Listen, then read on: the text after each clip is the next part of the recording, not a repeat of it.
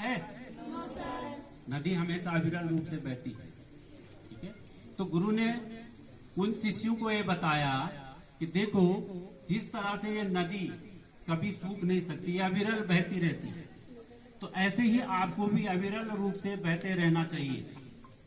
आप पर किसी का ये प्रभाव नहीं पड़ना चाहिए कि आज दुख है, चिंता है, सुख है, मैं काम नहीं कर पा रहा हूँ, स्कूल नहीं जा पा रहा हूँ।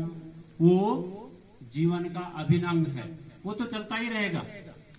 ये सब तो जिंदगी में चलता रहता है। कोई अमीर है, कोई गरीब है, तो ये क्या है? ये सब हमारे कार्मिक बंधन है और ये हमेशा जिंदगी में चलते रहते हैं। तो हमें इससे नहीं घबराना चाहिए, चाहे आप पे सुख आए और चाहे दुख आए। जो महान लोग होते हैं वो हर परिस्थिति में एक जैसे बने रहते हैं। तो हमें भी नदी की तरह अविरल रूप से बहते रहना है।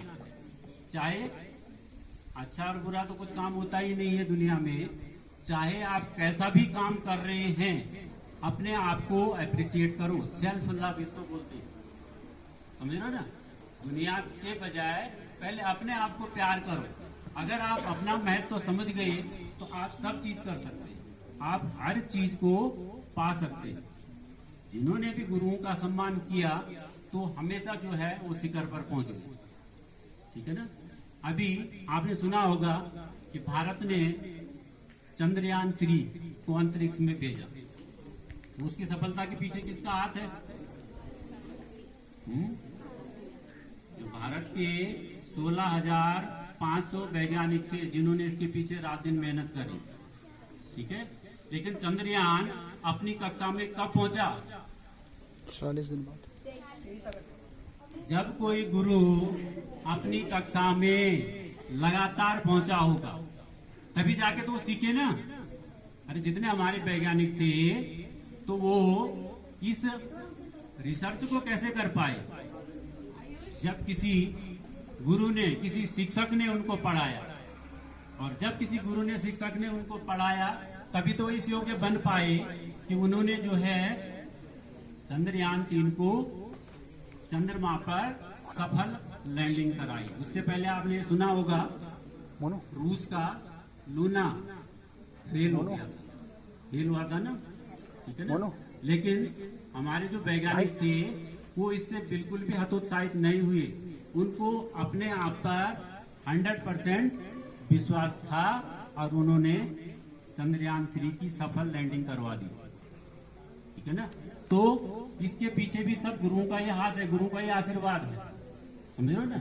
लेकिन गुरु का मतलब केवल शिक्षक नहीं है। अगर आप ये सोच रहे होंगे कि गुरु मतलब जो हमें पढ़ाते हैं वही आपके गुरु नहीं है। हमारी सबसे पहला जो गुरु होता है वो हमारी माता होती है। हमारी माँ हमें सबसे पहले शिक्षा देती है ना।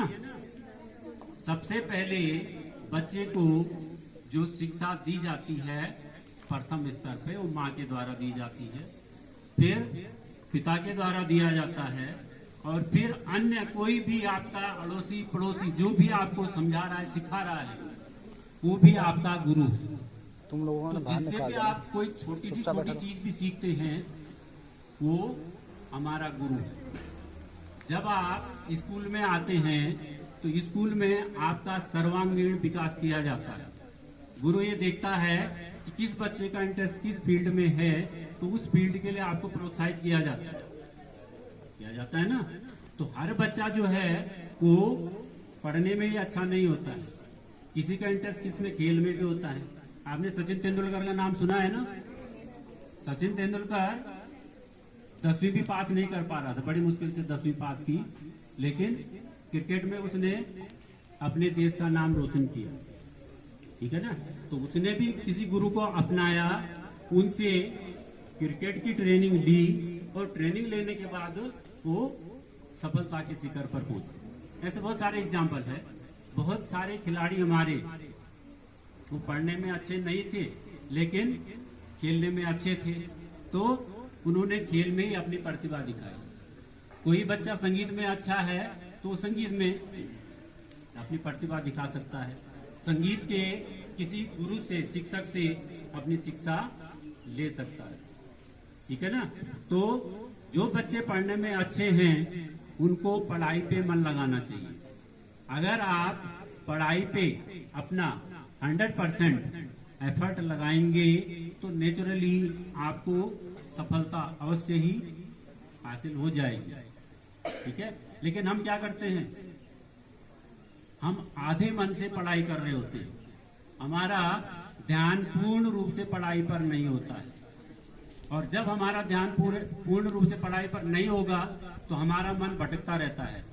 ये बच्चा तो आज स्कूल नहीं आया था, ये मसूरी घूमने चला गया था, मेरे को भी जाना चाहिए था, तो वो पढ़ते नहीं है, अपना काम भी नहीं करते। तुम्हें जितना होमवर्क दिया जाता है उसको अगर रेगुलर रूप से आप काम करके लाएंगे तो आप, ऐसा नहीं है कि पढ़ाई में आप अव्वल नहीं बन सकते। जितने भी साधारण आपके जैसे जो बहुत सारे बच्चे थे, अभी चंद्रयान 3 वाले जो वैज्ञानिक हैं उनके ग्रुप में एक बहुत ही गरीब घर का बच्चा था। उसके माता पिता जो है वो कोयला फैक्ट्री में काम करते थे और चारों ओर कोयला उड़ता रहता था। ठीक है ना, उनके पास बच्चे को पढ़ाने के लिए भी पैसे नहीं होते थे, लेकिन उस बच्चे ने गरीब घर से जो है वो पढ़ाई करी, किसी ने उसकी स्पॉन्सरशिप कर दी, पढ़ाया लिखाया।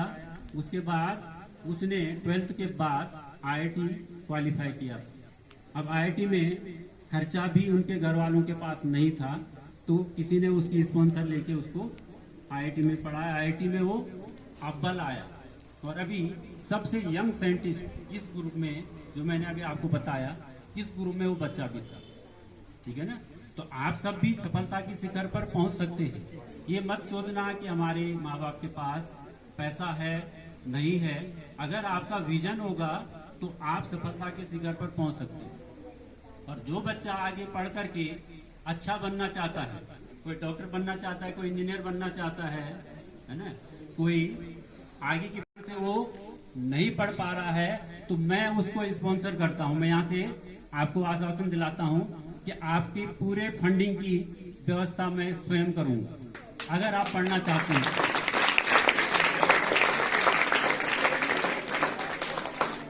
तो पढ़ने के लिए आपको तैयार होना पड़ेगा। ठीक है, हमारा काम आपको गाइड करना है, रास्ता दिखाना है और चलना आपने स्वयं है उस पर। आप जब स्वयं उस पर चलेंगे तो रास्ते अपने आप खुलते चले जाएंगे।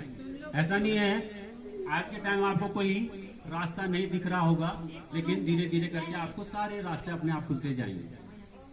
आपका जो सोल प्लान होगा वो उधर आपको अवश्य ले जाएगा।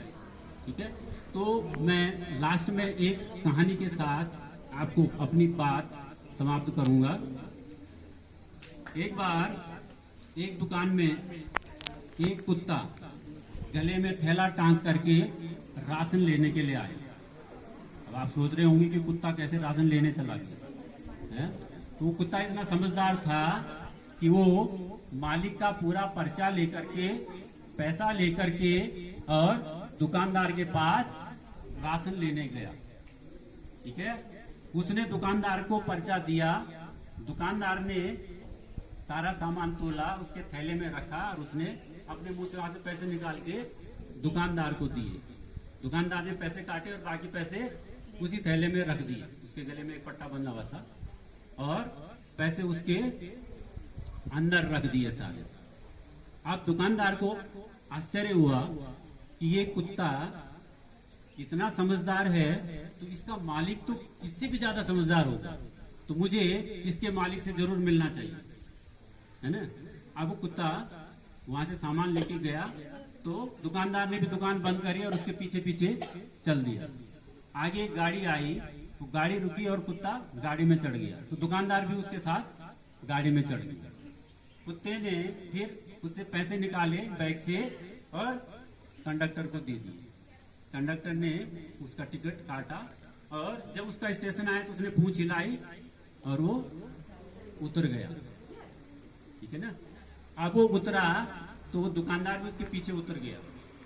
जिधर जिधर कुत्ता गया दुकानदार भी उसके पीछे पीछे चल दिया, है ना। अब वो कुत्ता अपने मालिक के घर पहुंचा तो दरवाजा बंद था। जब दरवाजा बंद था तो कुत्ते ने पैर से थपकी मार करके दरवाजे को खटखटाया। ठीक है, अंदर से मालिक आया एक लंबा सा डंडा लेकर और कुत्ते को पीट दिया। तो दुकानदार को आश्चर्य हुआ। वो तो उसने कहा कि मैं तो सोच रहा था कि इसका मालिक तो बहुत ही समझदार होगा, लेकिन इसने तो इतने समझदार कुत्ते को पीटा। तो दुकानदार ने उससे पूछा कि सर आपने कुत्ते को पीटा क्यों? ये तो आपका इतना सारा काम करके लाया है। तो वो मालिक क्या कह रहा कि ये बेवकूफ आदमी, बेवकूफ कुत्ता चाबी नहीं ले जा सकता था, मैं सो रहा था और मेरी नींद खराब कर रहा। तो इस कहानी से क्या सीख मिल रही है आपको? कहानी से क्या सीखे? आप जिंदगी में कितना भी अच्छा काम कर लो, समझ रहे ना, आपको प्रोत्साहन देने वाला हर कोई नहीं मिलेगा, आपकी सराहना करने वाला हर कोई नहीं मिलेगा। ठीक है, इसको मैं कह रहा था अभी आपको सेल्फ लव, अपने आप को आपने प्यार करना है कि मैं जो काम कर रहा हूं वो काम बहुत अच्छा है, गलत काम नहीं होना चाहिए। जो भी काम आप कर रहे हैं वो अच्छा है, तो आप हमेशा जो है आगे उत्तरोत्तर प्रगति करेंगे। अभी मैं कहानी इसलिए सुना रहा था आपको कि अभी हमने यहाँ पे बहुत सारे पेड़ लगाए, लगभग 100 पेड़ हमें एमडीडीए से मिले थे। ठीक है, और बहुत सारे बच्चों ने उसमें पार्टिसिपेट किया, बहुत सारे बच्चों ने पेड़ लगाए बड़े उत्साह के साथ। कई बच्चे तो ऐसे थे थक भी गए थे, जैसे हमारा ये मयंक है, पसीना पसीना हो रखा था, लेकिन नहीं सर मेरी खेती किसी को मत देना, मैं गड्ढा खोदूंगा। तो ऐसे ऐसे भी बच्चे थे कि वो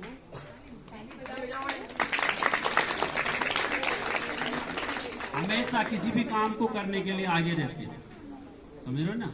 अब ये पेड़ क्या है? पेड़ क्या होते हैं? सजीवी। यही हमारा पर्यावरण को बचाते हैं, समझ रहे हो ना। पेड़ जो हमने लगाए हैं ये पर्यावरण के संवर्धन के लिए है, पर्यावरण की रक्षा के लिए है। आज के टाइम पे आप देख रहे हो ना कितनी गर्मी पड़ने लग गई, बीच में अचानक बारिश आ रही थी, तो मौसम चक्र पूरा का पूरा जो है वो बदल गया है एकदम से, और ये सब हमारी अज्ञानता के कारण से बदला है, समझ रहे हो ना। तो अगर हमारे अंदर सेल्फ अवेयरनेस होगी तो हम जो है यहाँ से भी आप पेड़ ले जा सकते हैं, और जहां आपको जगह दिख रही है वहां एक एक पेड़ लगा दीजिए। पेड़ ऑक्सीजन तो छोड़ते हैं, कार्बन डाइऑक्साइड को भी लेते हैं। तो पर्यावरण में जितनी भी कार्बन डाइऑक्साइड निकलती है वो सारे के सारे ये पेड़ ग्रहण कर लेते हैं, और उसके बदले में हमें क्या देते हैं? ऑक्सीजन, शुद्ध ऑक्सीजन देते हैं। आपने कोरोना के टाइम पे देखा होगा ऑक्सीजन की कमी होगी। ठीक है, ऑक्सीजन के सिलेंडर लोग खरीद करके ले जा रहे थे, लेकिन हम सब तो भाग्यशाली हैं कि हम पहाड़ों में रह रहे हैं, तो यहाँ पे हमें शुद्ध हवा मिलती है। लेकिन हमें केवल अपने लिए नहीं, औरों के लिए भी सोचना चाहिए। बहुत सारे दुनिया इस तरह से है कि उनको शुद्ध हवा भी नहीं मिल पा रही। यहाँ से आप दिल्ली चले जाओ, लोगों को घुटन होती है, जो फ्लैटों में रहते हैं उनको शुद्ध हवा नहीं मिल पाती। ठीक है, तो इसके लिए भी हमें ही आगे आना पड़ेगा, समझ रहे हो ना। ये जो पेड़ आपने लगाए हैं, तो इन पेड़ों को आगे बड़ा करने की जिम्मेवारी आप सब बच्चों की है। ठीक है, मेरा भाषण थोड़ा बड़ा हो गया, बोर तो नहीं हो रहे? क्योंकि बीच में मौका नहीं मिला था मेरे को, आज ही मौका मिल पाया, तो मैं पर्यावरण के बारे में भी आपको ज्यादा जानकारी नहीं दे पाया। आपने मैती आंदोलन के बारे में सुना होगा। कल्याण सिंह रावत जी ग्वालदम में एक बायो लेक्चरर थी, और मैं एक बार वहां प्रैक्टिकल लेने गया था, तो वहां पर नीचे से और लगभग जितने ऊपर हमारा आश्रम है इससे भी ऊपर सड़क से ऊंचा उनका ऊंचा स्कूल है, और ऐसी सीढ़ियां लगी हुई हैं। सीढ़ियों के दोनों ओर उनके शिष्यों ने, स्टूडेंट ने वहां पे पेड़ लगा रखे थे, और प्रत्येक पेड़ पे सबके नाम लिखे हुए थे, कौन से सन में लगाए, कहाँ वो बच्चे आजकल चले गए हैं, क्या वो कर रहे हैं। तो वहां पे एक प्रेरणा जागी सबके अंदर, और उन्होंने एक मैती आंदोलन चलाया। मैती आंदोलन में क्या होता है कि जब भी किसी लड़की की शादी होती है तो वो लगा जाती है। शादी के दिन एक पेड़ वहां पे लगा दिया जाता है। अब लड़की तो चली गई कहाँ, ससुराल में, ठीक है, तो उसकी यादगार के रूप में वहाँ एक पेड़ रह जाता है और उसके माँ बाप उसको लड़की की तरह ही पालते हैं, उस पेड़ को लड़की की तरह वो पालते हैं, तो उनका इमोशनल जो अटैचमेंट है उस पेड़ के साथ हो जाता है। इसलिए वहाँ पे पेड़ों की संख्या बहुत ज्यादा है और ये वहाँ चमोली में गांव गांव ये मैत्री आंदोलन फैला हुआ है, ठीक है। तो मैं आपको आह्वान करता हूँ कि यहाँ पर ये जितने पेड़ हमने लगाए हैं, ट्री गार्ड भी कुछ में है, कुछ ट्री गार्ड और भी आएंगे, तो आप भी इमोशनल रूप से उसके साथ जुड़ जाइए।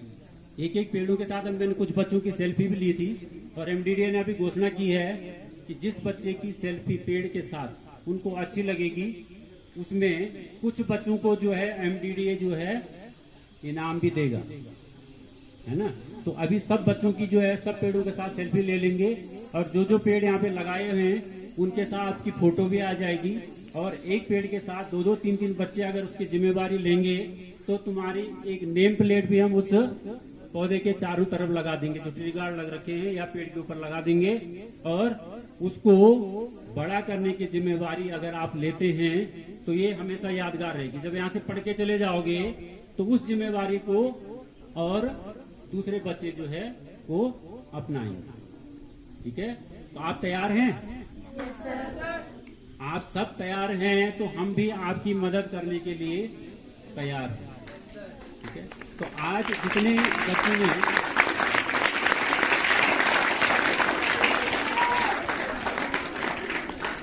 बच्चों ने यहाँ पर इस प्रोग्राम में पार्टिसिपेट किया, आप सब बहुत धन्यवाद के पात्र हैं और जिन्होंने आपको सुना ये सब भी धन्यवाद के पात्र हैं। हमारे सभी शिक्षक साथियों की तरफ से आपको शुभकामनाएं हैं, हमारा आशीर्वाद आपके साथ है और आप इसी तरह से जो है लगातार यहाँ पे प्रोग्राम करते रहिए, अच्छा पढ़िए, सारा शिक्षक समाज आपके साथ है। और जिन बच्चों ने यहाँ पे अभी पार्टिसिपेट किया था, क्योंकि आगे आना ये अपने आप में बहुत हिम्मत की बात होती है, तो जिन बच्चों ने यहाँ पे पार्टिसिपेट किया सबको मैं अपनी तरफ से 500 रुपए का इनाम दे रहा हूँ। आप इसका टॉफी चॉकलेट जो भी खाना चाहेंगे तो खा सकते हैं। धन्यवाद।